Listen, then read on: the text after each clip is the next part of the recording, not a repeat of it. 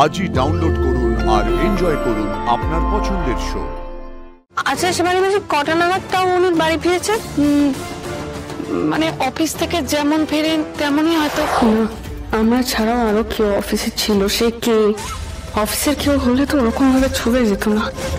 আমাকে দেখতে হবে, জানতেই হবে কি ছিল ওখানে। মীরা ম্যাডাম ওখানে ছিলেন নাকি অন্য কেউ? আর অন্য কেউ যদিও বা হয় তাহলে কে ছিলেন আমি জানবো কি করে? তো কেমন একটা অস্বস্তি হচ্ছে। ফোন করবো, ফোন করি মীরা ম্যাডামকে। ই বাবা, মীরা ম্যাম তো ফোনটাই ধরলেন না। তবে কি সরাসরি গিয়ে কথা বলা উচিত আমার? তাই করি বল। এই রুম্পা, সন্তুদা, একটু শোনো এদিকে। বলছি আমি ভাবছি একটু মীরা ম্যাডামের বাড়িতে যাব। কি মীরা ম্যাডামের বাড়ি এই এত রাতে কেন?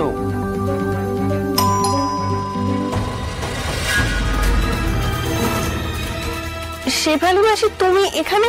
বাধ্য হয়ে এসেছি, মীরা ম্যাডাম খুব অসুস্থ। অসুস্থ? তাহলে উনি তো যাননি অফিসে। মীরা ম্যাডাম অসুস্থ ঠিক আছে, তুমি এখানে আসবে একবার জানাবে না? মীরা ম্যাডামের কাজের মেয়েটা ফোন করে বলল, ওনার মায়ের সময় যখন কাজ করতাম তখন নাম্বারটা ছিল ওর কাছে। খুব ঘাবড়ে ফোন করেছে দেখে আমিও তড়িঘড়ি বেরিয়ে এসেছি। ঠিক আছে, তাও তোমরা একবার জানানো উচিত। ঠিক আছে, ছাড় না, একটা অসুস্থ মানুষ, তার জন্য এসছে, এখন এসব কথা ছাড়। কি হয়েছে কি ওনার? জানি না কোথায় গিয়েছিলেন, কিন্তু ফিরেছেন ধুম জ্বর নিয়ে। আমি এসে ডাক্তার ডেকে ওষুধ টষুধ বুঝে নিয়েছি, জলপট্টি দিচ্ছি, তবে জ্বর এখনো তেমন নামেনি। আচ্ছা শেফালি মাসি কটা নাগাদ তাও উনি বাড়ি ফিরেছে? মানে অফিস থেকে যেমন ফেরেন তেমনই হয়তো। আমি তো বেশ অনেকক্ষণ অফিসে ছিলাম, ওনাকে তো দেখতে পাইনি। কিন্তু তোরা এত রাতে এখানে এসছিস কেন? না আসলে আমি একটা দরকারি এখানে এসেছিলাম, আমাকে ফোনে পাচ্ছিলাম না, তাই ভাবলাম একবার গিয়ে কথা বলি। আর তারপর রুম্পা আর সন্ত আমার সাথে এলো, আমাকে একা ছাড়বে না বলে।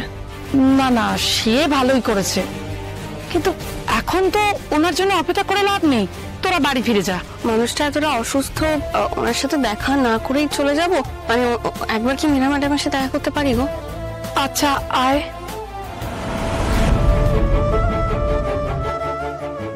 জলপটিটা দেওয়াতে একটু কমেছে, কিছুক্ষণ আগেও গায়ে হাত দিলে ছ্যাঁকা লাগছিল। তুমি জলপটিটা দিতে থাকো, তাড়াতাড়ি ভালো হয়ে যা। সব আছে ওনার, শুধু পাশে থাকার দেখাশোনা করার কেউ নেই।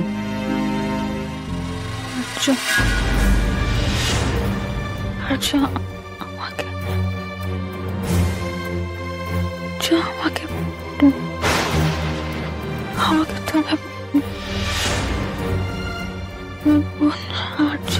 শেফালি মাসি আমি আসি, তুমি পারলে কটা তুমি এখানেই থেকো, এখন ওনার তোমাকে দরকার হবে।